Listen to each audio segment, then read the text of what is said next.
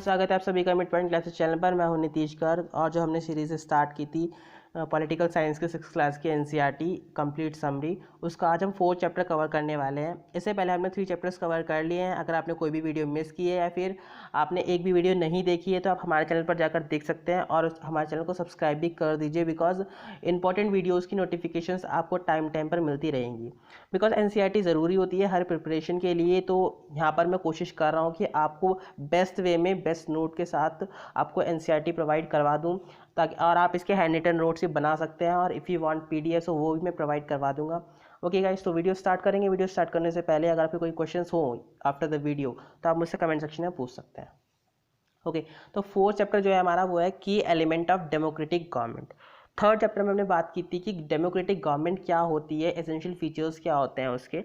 तो वहाँ पर हम देखते थे कि जो भी किसी के साथ भेदभाव होता था उनको हटाने के लिए हमने गवर्नमेंट फॉर्म की थी। ओके, अब हमने देखा कि अगर हमें समान अधिकार देना है तो उसका पहला पहलू जो होता है, मतलब कि फर्स्ट जो आपका तरीका होता है वो सही करने का, वो होता है राइट टू वोट देना। बिकॉज जब हमारे पास यही अधिकार नहीं है कि हम अपने गवर्नमेंट को चुन सकें या अपने गवर्नमेंट पर हक जता सकें, तो शायद हमें पूरी तरह से आज़ादी कभी मिल ही नहीं सकती थी। ठीक है, तो right to vote is a essential part of the democratic government. जब हम बात करते हैं राइट टू वोट की, तो वहाँ पर हमने देखा था यूनिवर्सल एडल्ट फ्रेंचाइजी के बारे में पढ़ा था कि जिनमें 30 से अपर को ही वोट देने के लिए कहा जाता था। तो हमने देखा कि वुमेन्स उसके लिए लड़े, पुअर्स उसके लिए लड़े, उनको भी राइट टू वोट का अधिकार मिला। तब जाकर एग्जैक्टली हम ये कह सकते हैं कि सबको इक्वालिटी मिली। तो इक्वालिटी स्टार्ट होती है राइट टू वोट से। ठीक है, तो अब यहाँ पर आज हम जो बात करेंगे वो एक जगह की बात करेंगे। स्टोरी दे रखी है आपकी बुक में साउथ अफ्रीका की। अफ्रीका कॉन्टिनेंट के सबसे साउथ में है आपका साउथ अफ्रीका देश। ठीक है, वहाँ की बात है ये। तो वहाँ पर एग्जैक्टली क्या होता था, मैं थोड़ा सा ओवरव्यू बताता हूँ। वहाँ पर 3 तरह के लोग रहते हैं। वाइट्स मतलब गोरे लोग, ब्लैक्स मतलब नीग्रोज जिन्हें बोलते हैं हम काले लोग जिन्हें, और कुछ इंडियंस। ओके, तो 3 तरह की प्रजातियां रहती हैं वहाँ पर तीनों प्रजातियों को एक दूसरे के साथ रहने का अधिकार वहाँ पर नहीं था बिफोर 1994। ओके, तो बिफोर 1994 वहाँ पर तीनों प्रजातियाँ अलग अलग रहा करती थी। कैसे? अब जो नीग्रोज थे, ब्लैक पर्सन थे, उनको ऐसे रखा जाता था जैसे कि हमारे यहाँ पर स्लेव्स को रखा जाता था। अगर आप मैं आपको सही एग्जांपल दूंगा तो आप अच्छे से समझ पाएंगे। ओके, स्लेव्स मतलब हमारे उनको भी नौकरों की तरह रखा जाता था, उनके साथ और भी ज़्यादा बुरा व्यवहार किया जाता था। खासकर कैसे? उनके लिए अलग चीज़ें थी, मतलब कि वो सबसे अलग रहेंगे, ऐसा दिखाया जाता था कि ये ह्यूमैनिटी का पार्ट ही नहीं है। ओके, तो आज उसके बारे में हम बात करेंगे। तो अपेर्थाइड लॉज क्या होता है? Apartheid means separation on the basis of race. हमने देखा था जब भी किसी के साथ भेदभाव होता है according to the race, sex और बहुत सारी चीज़ें, तो हम वहाँ पर देखते हैं कि जो ये भेदभाव होता है वो आपका एक स्टीरियोटाइप का पार्ट ले लेता है और आपका एक कल्चर बन जाता है धीरे धीरे। तो साउथ अफ्रीकन पीपल का वो कल्चर बन चुका था। People were divide into 3 part, white, black and Indian. Coloured races के ऊपर चलते थे। जैसे इंडियन मतलब हल्का काला, हल्का काला, हल्का गोरा, ब्लैक मतलब बिल्कुल नीग्रोस, एंड वाइट मतलब ब्रिटिशर्स टाइप वाले।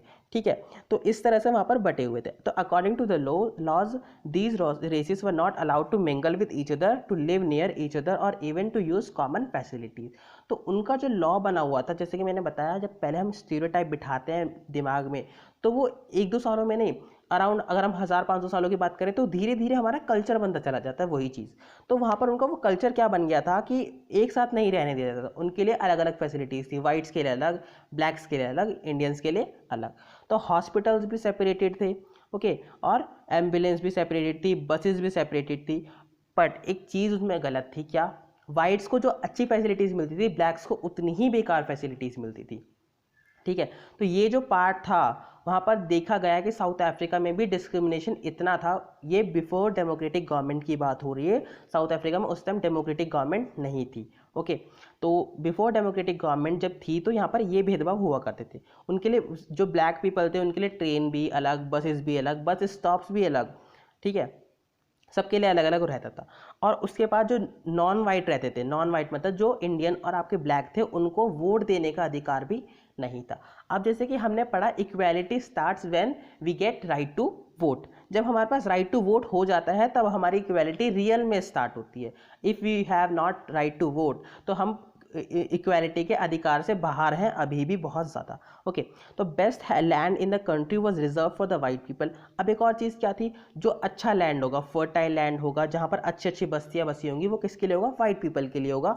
और जो बेकार लैंड होगा, वर्स्ट लैंड होगा, वो किसके लिए होगा, नॉन वाइट पीपल के लिए। नॉन वाइट इंक्लूड नीग्रोज, मतलब ब्लैक पीपल और इंडियंस। ओके, तो ब्लैक पीपल ज़्यादा हुआ करते तो इसलिए उनको नॉन वाइट कहा गया। अब एग्जैक्टली क्या था वहाँ पर कि जो वहाँ पर ब्लैक पीपल भी पढ़ते थे, वाइट पीपल भी पढ़ते थे स्कूल्स में, तो उनको कहा जाता था कि आप अफ्रीकन सीखेंगे, उनको फोर्स किया जाता था कि आप अफ्रीकन सीखेंगे जो कि वाइट के द्वारा बोली जाती है। ओके, पर वो क्या चाहते थे कि हम अपनी लोकल लैंग्वेज सीखें जो कि जिसका नाम जुलू था। ओके, जस्ट लाइक कि अगर आपको कहा जाए कि नहीं आपको हिंदी नहीं सीखनी, आपको इंग्लिश सीखनी है, या फिर आपको मराठी या फिर गुजराती या फिर कुछ अलग सीखना, तमिल सीखना है। ओके, वो फोर्स किया जा रहा है, but you want to learn the Hindi. तो यही चीज़ें उनके साथ हुआ करती थी, ब्लैक्स के साथ।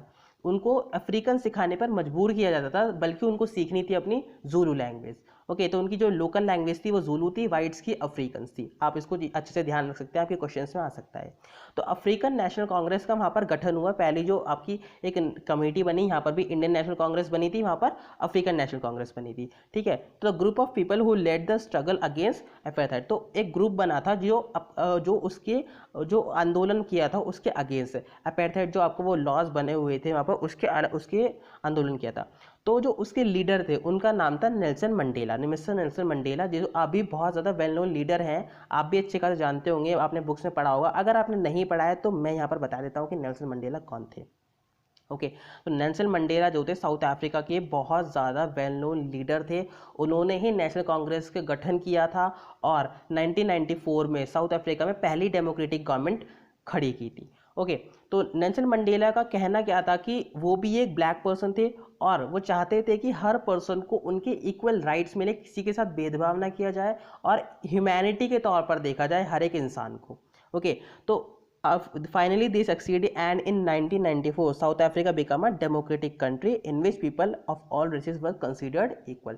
तो उन्होंने 1994 में सक्सेस पाली, जिससे कि उन्होंने बहुत ज़्यादा एक तरह से लड़ाई की उस चीज़ के, जैसे यहाँ पर गांधी जी ने की थी, वहाँ पर नेल्सन मंडेला ने की। हर चीज़ के लिए लड़ाई की कि हाँ निग्रोज को राइट मिला चले। दिस इज़ बिकॉज, मतलब ये नहीं कि वो भी निग्रो थे, नहीं, ऐसा नहीं था। वो वाइट के लिए भी लड़ा करते थे, इंडियंस के लिए भी लड़ा करते थे और निग्रोज के लिए भी लड़ा करते थे। उनका मानना ये था कि ह्यूमन तो ह्यूमन है, चाहे काला हो या गोरा हो, ठीक है, तो इसलिए लड़े वो। तो उन्होंने पहली गवर्नमेंट डेमोक्रेटिक कंट्री वहाँ पर उन्होंने फॉर्म की, डेमोक्रेटिक गवर्नमेंट फॉर्म की, ठीक है, और उसमें बताया कि हर एक पर्सन को इक्वल ही बताया जाएगा। ओके, तो नेल्सन मंडेला जो थे वो ये थे। आपने इनकी पिक्चर्स बहुत ज़्यादा देखी होंगी। अगर आप नाम से नहीं जानते तो आप पिक्चर से तो ज़रूर जान गए होंगे नेल्सन मंडेला कौन थे। ओके, तो नेल्सन मंडेला के बारे में मैंने बता ही दिया कि बहुत ज़्यादा वेल नोन लीडर थे, कहाँ के, साउथ अफ्रीका के, और निग्रो भी थे। अब पार्टिसिपेशंस की बात करते हैं। देखो, हमने जैसे कि बताया कि वोट से ही हम पार्टिसिपेट कर सकते हैं एक डेमोक्रेटिक गवर्नमेंट में। अगर हमारे पास राइट टू वोट नहीं है तो हम पार्टिसिपेट कैसे करेंगे? How can you participate? आप लीडर बनोगे जाकर ना, हो ही नहीं सकता। ठीक है, तो by voting people elect leaders. अब हमने देखा कि डेमोक्रेटिक गवर्नमेंट में पीपल क्या करती है, अपने नेता को खुद चुनती है वोटिंग करके। तो through voting in election people elect leaders to represent them. अब क्या करते हैं, जैसे कि एक कस्बे से खड़ा हो गया, एक जिले से खड़ा हो गया, इस तरह से हमने लास्ट चैप्टर में जाना था कि एक कस्बे से एक लीडर खड़ा होगा जो कि around lakh two lakh persons के पर्सनस को रिप्रेजेंट करेगा। ऐसे ही लीडर्स खड़े हुआ करते थे जो कि बहुत सारी पीपल को रिप्रेजेंट करते थे कि हाँ मैं तुम्हारी तरफ से खड़ा हुआ हूँ, तुम्हारे लिए अच्छा करूँगा। ऐसे ही नेल्सन मंडेला खड़े हुए थे। Okay, these representative take decision in the behalf of the people.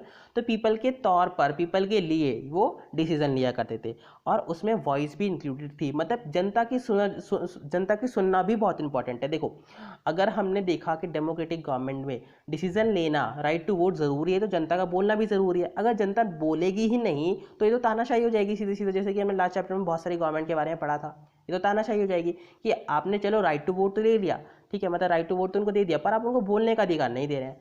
आप अगर बोलने का अधिकार नहीं देंगे, आप अपने अपने चलाएंगे, अपनी गवर्नमेंट फॉर्म करके अपने अपने काम करे जा रहे हैं, तो ये तो तानाशाही है। ठीक है, ये डेमोक्रेटिक गवर्नमेंट इसको नहीं कह सकते। ठीक है, तो आगे बढ़ते हैं। All government are elected for fix period in India, this period is 5 year. अब ये भी तय किया गया है कि हर एक डेमोक्रेटिक गवर्नमेंट एक फिक्स पीरियड के लिए बनाई जाएगी। जस्ट लाइक कि हमारे इंडिया में डेमोक्रेटिक गवर्नमेंट का जो पीरियड है वो 5 ईयर है, अमेरिका में 4 ईयर है। ठीक है। तो हमारे यहाँ पे पार्लियामेंट्री सिस्टम है, वहाँ पे प्रेजेंट वाला सिस्टम है, प्रेसिडेंट वाला सिस्टम है, ठीक है। तो इस तरह से हमारे और अमेरिका में बहुत ज़्यादा डिफरेंसेस है। तो ऐसे ही देश भर में, दुनिया भर में बहुत सारी अलग अलग गवर्नमेंट्स होती है। ओके, तो working in government criticising when needed. अब अगर आपकी गवर्नमेंट अच्छा काम नहीं कर रही है तो आप उसको क्रिटिसाइज भी कर सकते हैं, आपको ये भी राइट हो नहीं, ठीक है। रैलीज निकाल सकते हैं, धरनास कर सकते हैं, स्ट्राइक्स कर सकते हैं, सिग्नेचर कैंपेन्स कर सकते हैं। सिग्नेचर कैंपेन्स के बारे में बताता हूँ आपको। जस्ट लाइक कि आपके बहुत सारे पीपल्स हैं और उन्होंने सिग्नेचर कर दिया कि हाँ हमें ये लीडर पसंद नहीं है, इसको इस्तीफा, हमें इसका रिजिग्नेशन चाहिए, इस्तीफा चाहिए। तो उन्होंने सब साइन कर दिया तो वो इस्तीफा दे देता है। इसे कहते थे सिग्नेचर कैंपेन्स। ओके, उसके बाद न्यूज़पेपर में निकाल दिया, मैगजीन्स में निकाल दिया, टीवी में वो कर दिया। तो आप इस तरह से आप उनके खिलाफ धरने भी निकाल सकते थे अगर आपको वो लीडर पसंद नहीं है। बाई चांस वो आपका इलेक्ट हो चुका है पर अब वो सही काम नहीं कर रहा है तो आप उसके खिलाफ धरना भी दे सकते हैं। तो ये पार्टिसिपेशन था। अब उसके बाद कॉन्फ्लिक्ट की बात करते हैं, लड़ाइयाँ की बात करते हैं, अदर वे ऑफ पार्टिसिपेटिंग। अब देखो, बहुत पार्टिसिपेटिंग में आपका यही नहीं कि आप लीडर के खिलाफ लड़े, आप खुद भी एक दूसरे के खिलाफ लड़ जाते हैं कभी कभी। किस बेस पर लड़ते हैं? वो इसलिए होता है कि कभी कभी आपको डिस्क्रिमिनेशन देखना पड़ जाता है। आपकी डेमोक्रेटिक गवर्नमेंट होने के बाद भी आपको डिस्क्रिमिनेशन अगर देखना पड़ रहा है तो आपकी लड़ाई होना बिल्कुल जायज़ है, ठीक है। Just like it leads to violence and death, fear, tension, discrimination in other cause of conflict, religious processions can lead to conflict. अब देखो, कॉन्फ्लिक्ट के बहुत सारे रीजंस हो सकते हैं। जस्ट लाइक कि आपका रिलीजियस टर्म्स, आपको सही तरह से इक्वालिटी को नहीं मिलना, ठीक है। भले ही हमने कह दिया कि आज हमारे देश में डेमोक्रेटिक गवर्नमेंट है, पर अगर आज भी देखा जाए तो ह्यूमन को अगर हम देखें तो सही तरीके से ट्रीट किया जाता है, मतलब इक्वली ट्रीट किया जाता है। हमारे इंडिया की बात कर रहा हूँ मैं, अगर आप सही से देखें तो बिल्कुल भी आपके मुँह से नहीं निकलने वाला है, क्योंकि आप भी जानते हैं, मैं भी जानता हूँ कि यहाँ पर डेमोक्रेटिक गवर्नमेंट ज़रूर है पर ट्रीट इक्वली नहीं किया जाता है।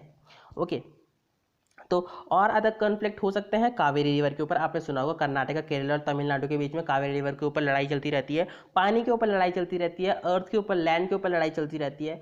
तो मतलब कॉन्फ्लिक्ट जो हो सकते हैं वो किसी से भी हो सकते हैं, रिलीजियस टर्म्स हो चाहे डेमोक्रेटिक टर्म्स हो। तो कॉन्फ्लिक्ट जो होते हैं वो किसी तरह से भी हो सकते हैं। अगर हमारे देश में कॉन्फ्लिक्ट है, ठीक है, तो हमारे देश की सरकारें ही उन्हें संभालेंगी। अगर इंटरनेशनल कॉन्फ्लिक्ट है तो दो देशों की सरकारें उनको मिलकर संभाला करती हैं, ठीक है। आप इस चीज़ को अच्छे से समझ सकते हैं कि अगर हमारे देश में है तो हमारे देश की सरकारें मिलकर संभालेगी, हमारी सेंट्रल गवर्नमेंट। बट अगर दो देशों के बीच में है, जैसे लाइक कि अभी यहाँ पर कावेरी की बात की, let's take another example of river Indus. तो रिवर इंडस जो है वो पाकिस्तान और इंडिया के बीच में आती है। तो पाकिस्तान और इंडिया के बीच में हमेशा कॉन्फ्लिक्ट रहते हैं रिवर इंडस के पानी को लेकर, ठीक है। तो इस तरह से हम देखते हैं कि अब इन कॉन्फ्लिक्ट को रिसॉल्व कैसे कर सकते हैं, इनको हम सही कैसे कर सकते हैं।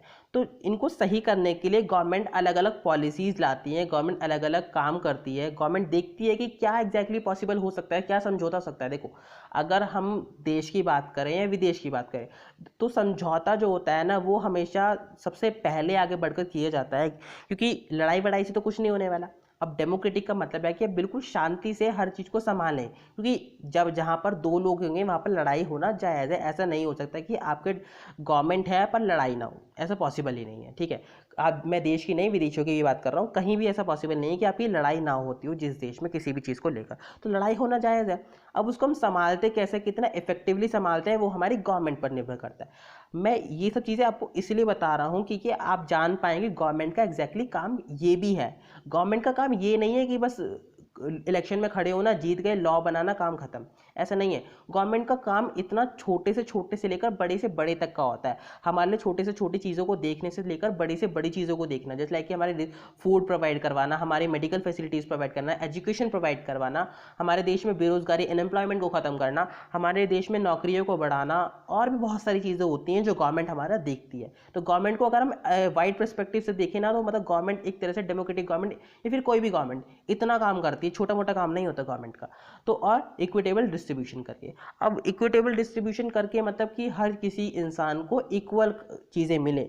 मैं खाने की बात नहीं कर रहा हूँ, मैं लैंड की भी बात कर रहा हूँ, रिवर की भी बात कर रहा हूँ। जैसे कि कावेरी रिवर की बात करते हैं। अब कावेरी रिवर का समझौता कैसे हुआ कि आज भी थोड़ी बहुत लड़ाई है उस बारे में, पर समझौता किस तरह से हुआ उसका। जब तमिलनाडु में पानी नहीं मिलता है, वहाँ पर पानी रोक लिया जाता है, ठीक है, केरला में पानी नहीं मिलता है, तो एग्जैक्टली क्या होता है कि वो समझौता करती है उनकी सरकारें कि आप इतना पानी लेंगे, हम इतना लेंगे और ये इतना लेंगे।